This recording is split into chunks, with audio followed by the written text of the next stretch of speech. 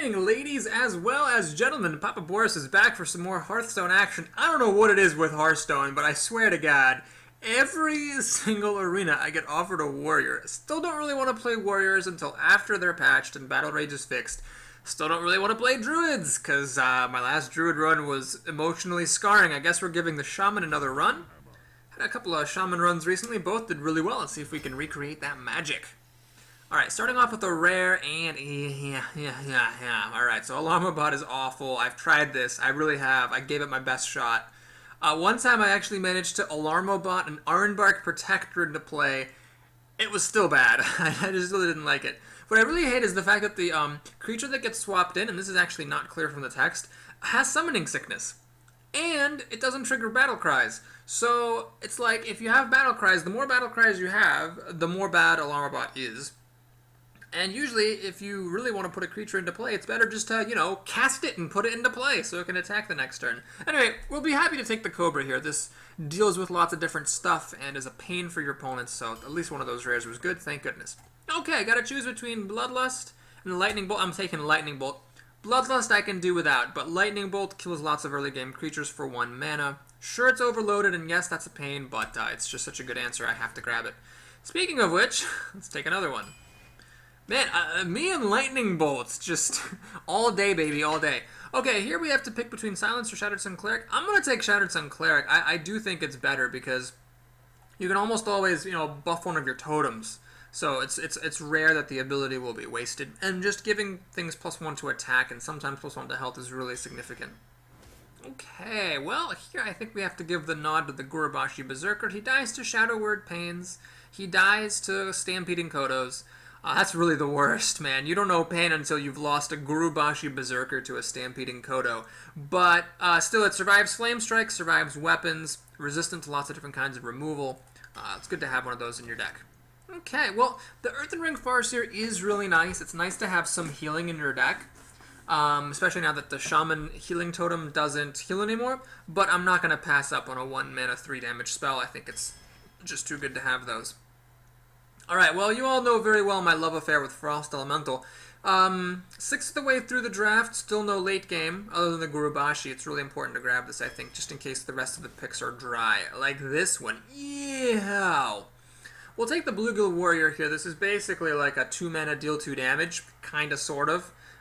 Not really, but this is a weak pack, so it kind of sucks that all this good stuff, or all this bad stuff got clumped in one place. So I have another chance to grab a Silence here, but Flame Tongue Totem, man, it's just so good. I think I have to take it. I think I value Silence a little bit less than a lot of people. At least judging by how often Silences seem to get played against me. But Flame Tongue Totem, that's really good. I mean, if the Ironbeak Owl had been in the pack where, like, the Bluegill Warrior was, then yeah, sure, I would have taken it then. That would have been fine. So Mana Tide Totem is interesting. You play it, and you draw a card. Then your opponent really needs to kill it, because if it keeps drawing you cards, that's crazy.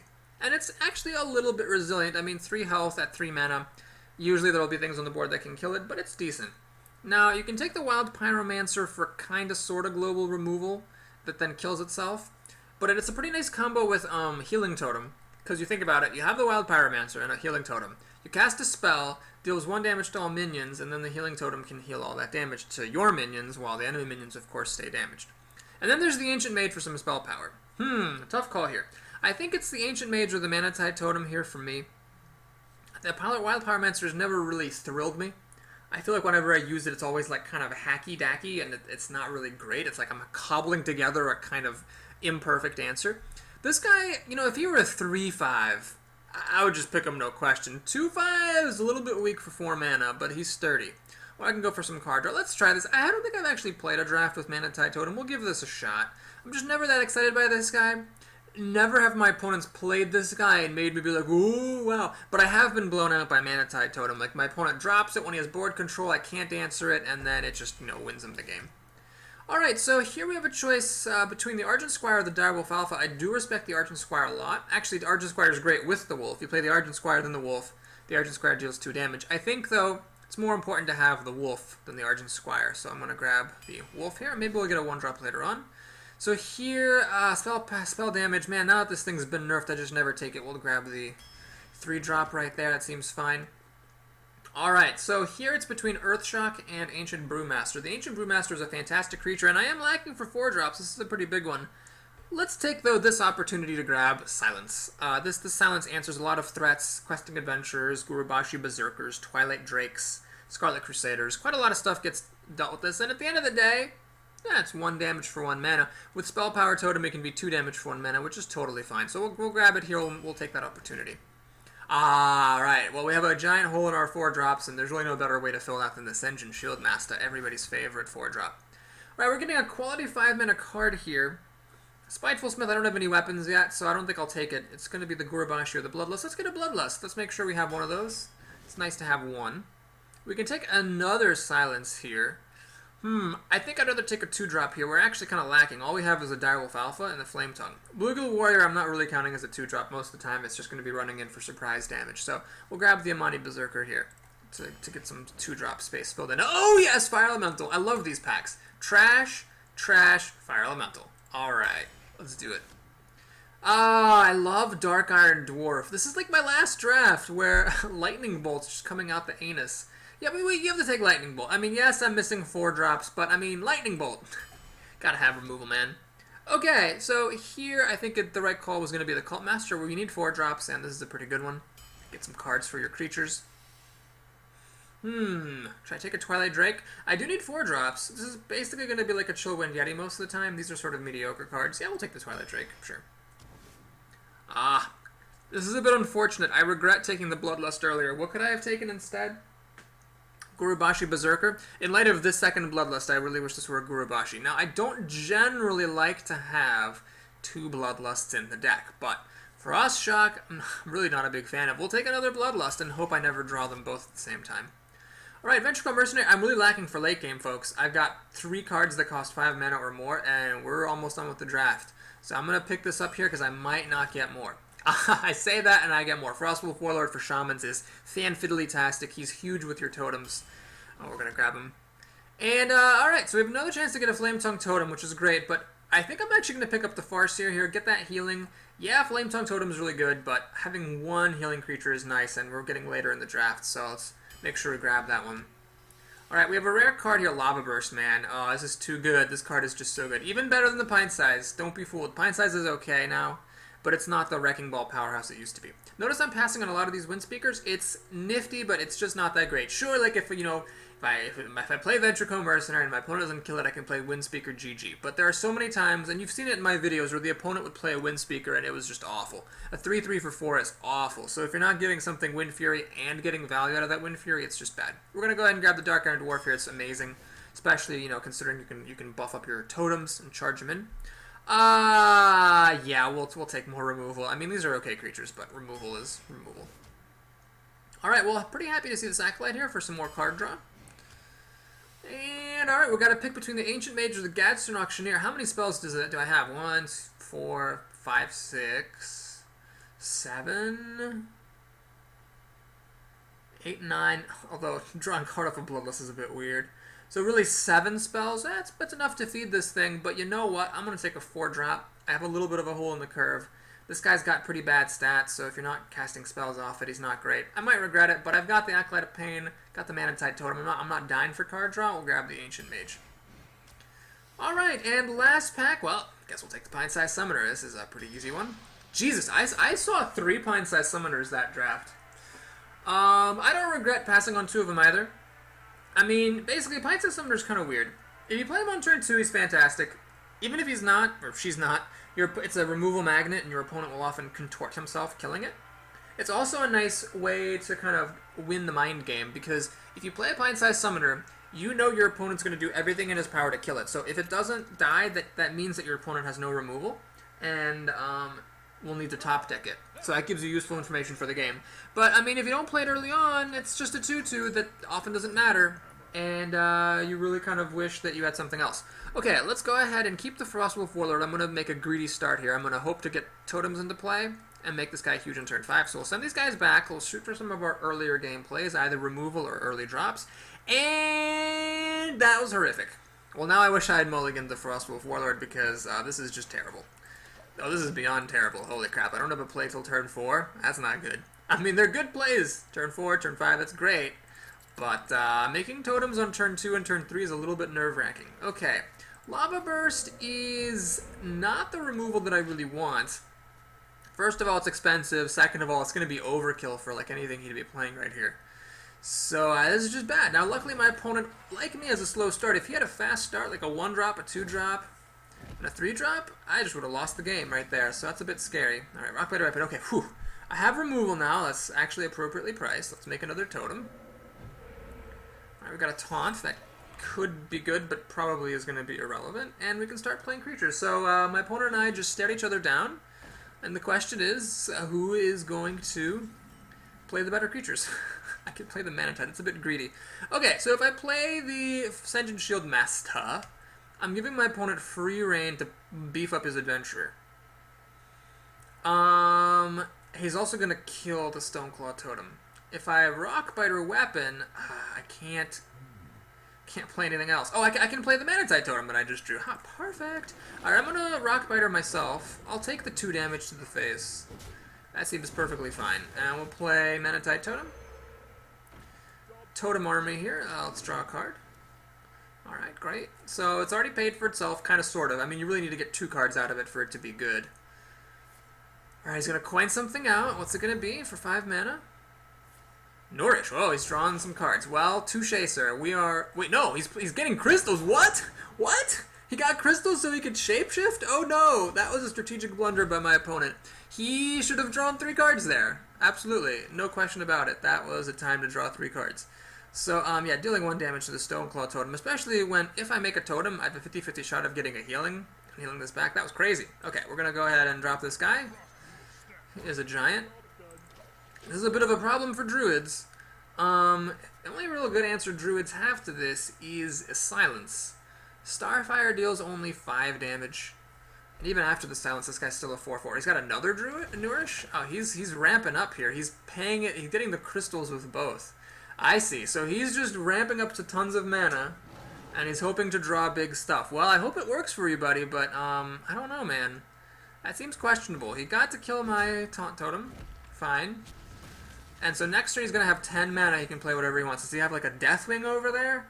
I should really start to consider, like, why would someone be so crazy about getting up that much? Well, let's take a look, see if I can win. Bloodlust, what I got? 7 plus 9, 16 damage. I can do a Lightning Bolt for 20 damage. Lava Burst next turn doesn't really quite kill him, unfortunately. He does have 33 life.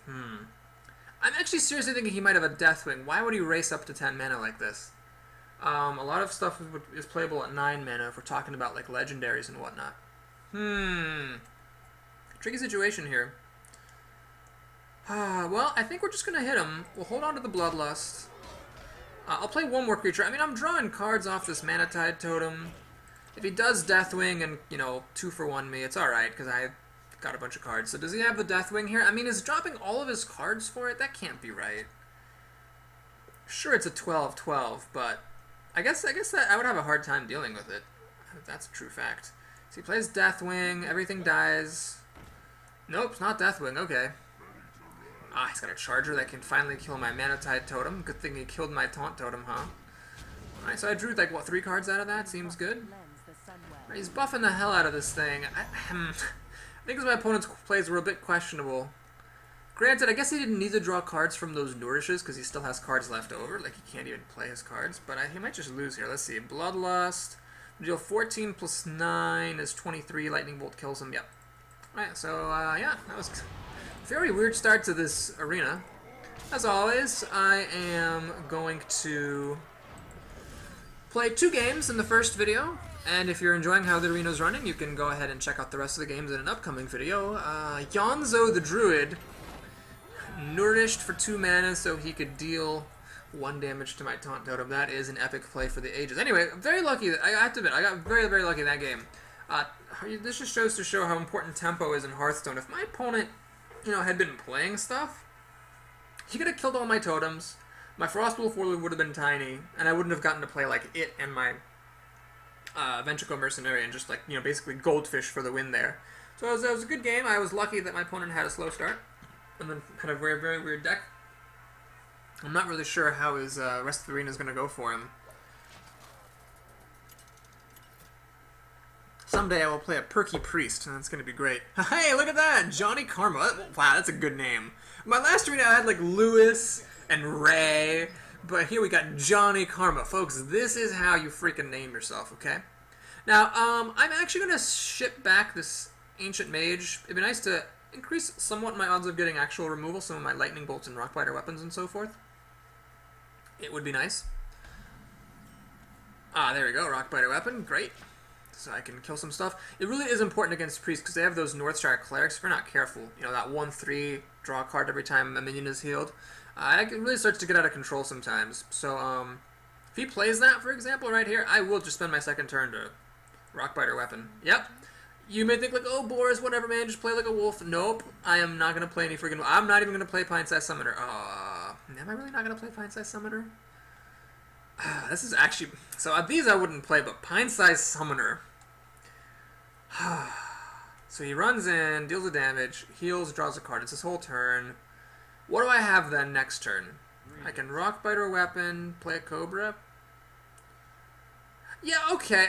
We'll play the Pint-Sized Summoner here. So my opponent will do one of two things this turn. He will either hit me, heal, draw a card, or he will play removal to kill my Pint-Sized Summoner. But either way, then next turn I can rockbiter kill this thing, and what are you doing? Oh no! Oh no! Oh jeez! Oh, it's a Sunday afternoon casual player. Alright, we have just witnessed a glorious moment, folks. We have just witnessed Johnny Karma learning. Oh my god. We have witnessed Johnny Karma learning that when you heal a creature, it actually needs to have damaged be replenished and healed in order for the card draw to activate. Poor guy. Okay, so we need to kill this thing. What's the best way to do it? I think that is actually via the Bluegill Warrior. This is a less valuable card to me than the rockbiter weapon. So I'm going to send it in, play a wolf, and swing. Now, if my opponent had done this correctly, if he had attacked the Pint-Sized Summoner, then healed, it would have been fine for me too. I just would have used the rockbiter weapon, and I would have still had the Bluegill Warrior. Now, with the Direwolf Alpha, the Bluegill Warrior is almost as good, so, you know, it's no biggie. Oh, that's pretty good. So that's a good use of the coin here. My opponent is going to finish off my wolf. Actually, oh my gosh, hang on, I could have... Oh yeah, I could have played the wolf, then the Bluegill Warrior, still killed the Northshire Cleric with it. Yeah, so all my opponent is missing is just a card. That's all. My opponent's just missing a single card. Okay, anyway, we're going to go ahead and kill that guy. The rockbiter weapon. Pint-Sized Summoner actually earning her weight here by playing that Ascension Shield Master for a mana down. Where did all my cards go? My opponent has 6 cards, I have 4. Did I really, like, lose cards somehow here? Oh yeah, because his creature killed my creature, right? He got value out of his Charger dude. That's right. That's why I'm a little bit behind. So I was first, and there was that. Oh man, Earthshock. Come on, I need Earthshock.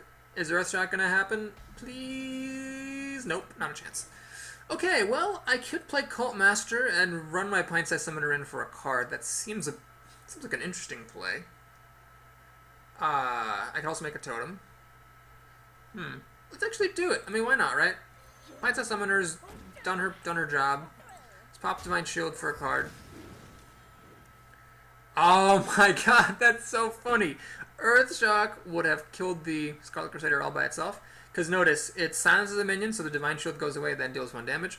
So as it is, basically if I spend this card to kill the Scarlet Crusader, I save 3 damage off of my Ascension Shield Master.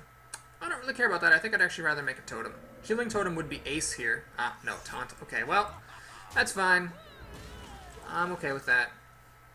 Now, a Holy Nova would kill everything here. Maybe that was a argument in favor of Earthshock, but perhaps the more precise play would have been to totem first, see if I get a healing totem, and then run the Shaman, or the Senjin if I do get a healing totem, otherwise not.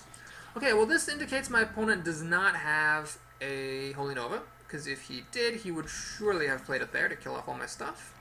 Ooh, Dark Iron Dwarf was the perfect top deck. We're going to, yeah, we're gonna, this Senjin has done his job. Let's Suicide. Draw a card. Mercifully, now the only thing that dies to Holy Nova are my Cult Master and my totems. Cult Master, when you can protect him, I can't tell if this is a man or a woman, but Cult Master, when you can protect it, it's actually pretty good. I mean, 4 damage. It's as much damage as a Yeti deals, just more fragile.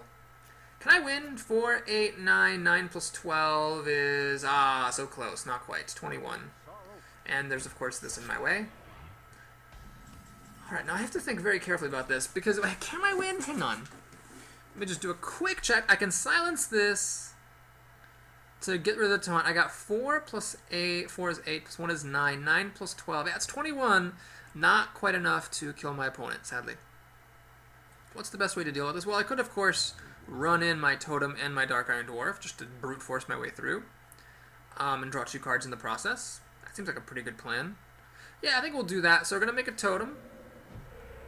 Now, normally the rule is always draw cards first, but here drawing cards requires me to kill my creature. So first, play the Frostwolf Warrior when he's giant. Then we are going to draw some cards. And get that guy in there. God, Cult Master is so good, it's just crazy. Alright, we're going to swing for 4 more damage. Okay, so now Bloodlust is the kill. Holy Nova doesn't save my opponent. He's 1 mana away from Mind Control, and he's already spent his coin. So he'd need Shadow Word Death. That's not quite going to cut it. That's not going to cut it. Alright, no substantive impediment. And no Shadow Word Death, it looks like. Bloodlust is going to be GG. Unless he's got something really great with that 2 mana. Ah, Divine Spirit. Ah, I see what you did there, sir. I'm afraid that is too little too late, though. Okay, so it seems like another Bloodlust. You don't ever really want to draw 2 of them. It's hard to make use of both in one game. Anyway, let's silence this guy's taunt. Let's play Bloodlust. Oh my god. Shamans are really good. So that was a very confidence-building start to this arena. As always, I'm going to pause the action here, so if you're enjoying how the arena is going, do please like and or subscribe to the video and check out the next one where the rest of the games are coming up. Otherwise, I'll see you shortly for the remainder of this so far pretty strong Shaman run. See you soon.